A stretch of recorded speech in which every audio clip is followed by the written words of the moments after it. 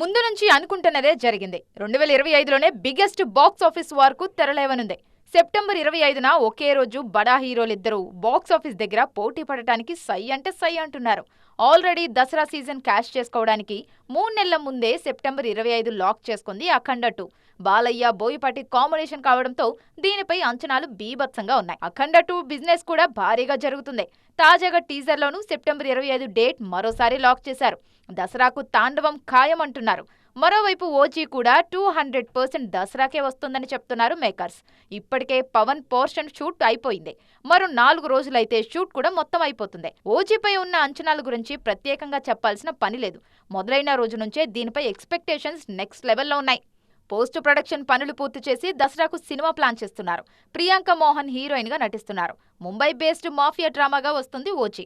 OG అఖండ 2 ఎవరికి ఎవరు తగ్గేలా కనిపించడం లేదు.